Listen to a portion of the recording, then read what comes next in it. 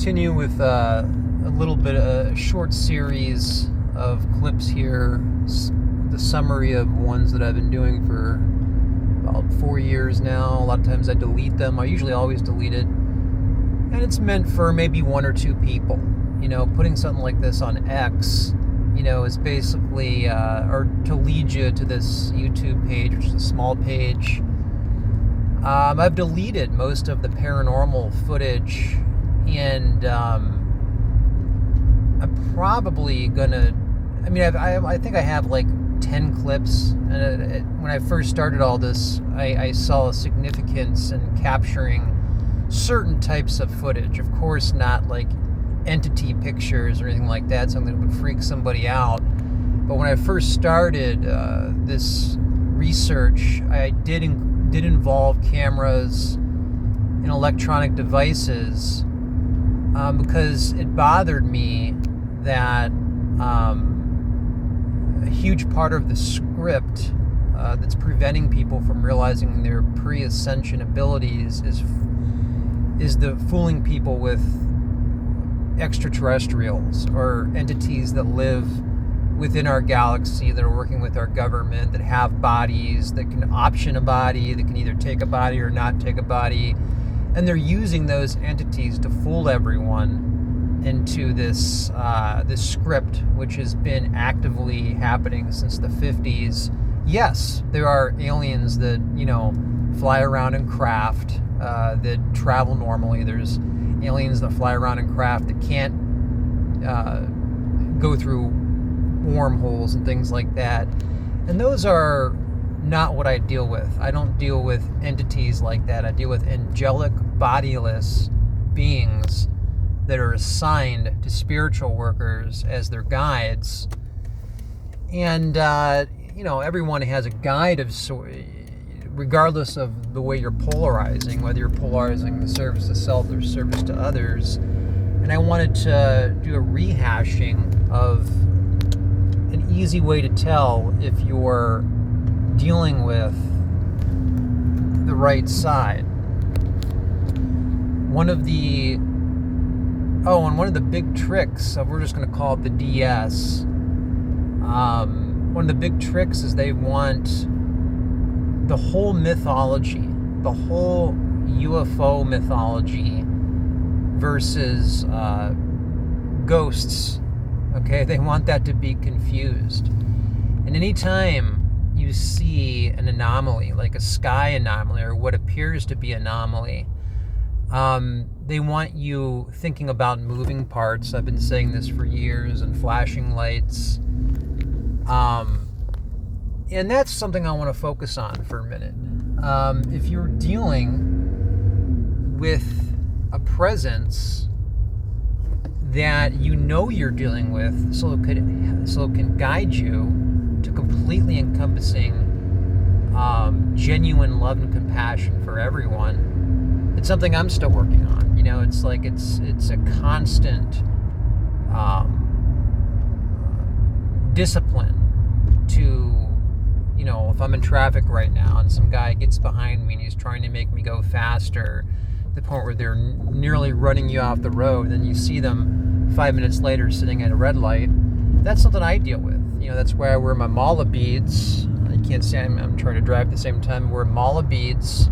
So if you get stressed out, you count down on the beads. And this is how you maintain a peaceful mentality, peaceful consciousness, so that you can polarize to the right beings.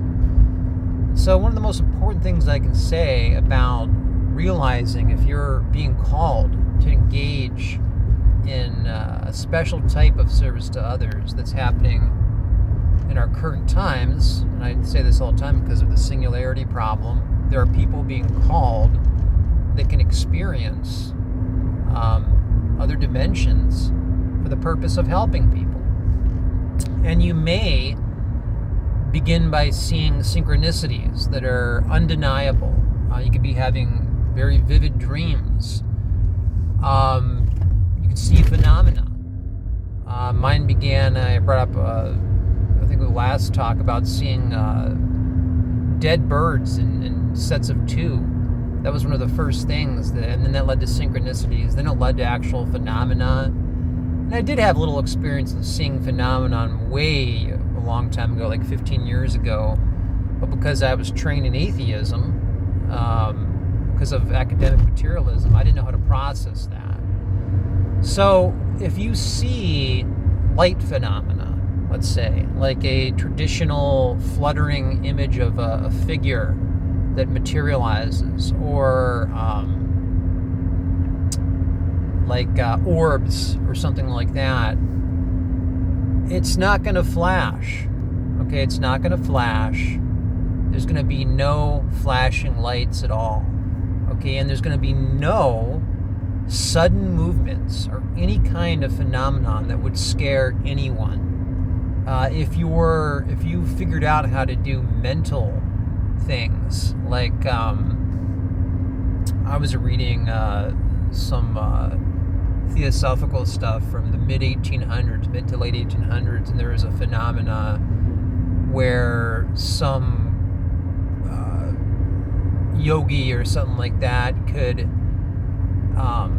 imagine an invisible line that he could activate with spirit energy. Well, this, I argue, was someone who was engaging in negative black magic. They might not have realized it, but again, anything that's theatrical or makes someone scared, that's black magic.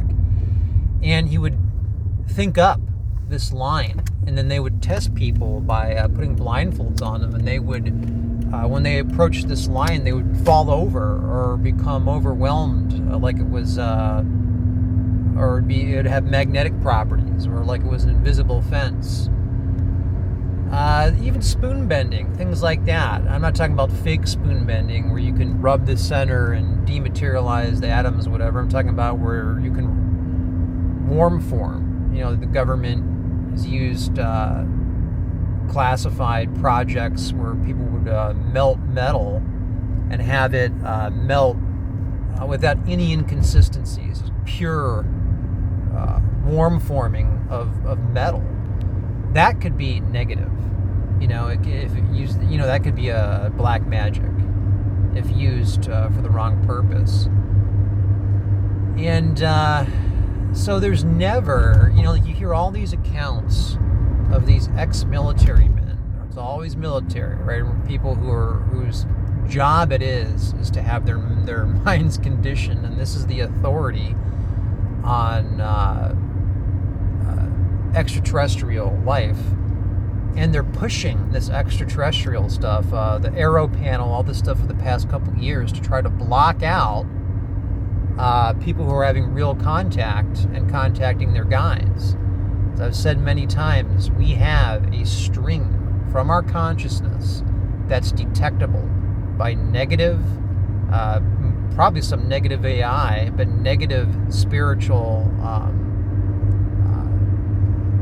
I don't want to say devices. They can just be detected. Like if you're going to go and do a Dr. Greer C5 contact, which the whole process is negative, and someone in the group accidentally walks off by themselves and has a real experience, that'll be instantly detected. And what happens is, all around America, all around the world, if people are in their backyards trying to have like contact like that, that's a trap. That's like the Gestapo.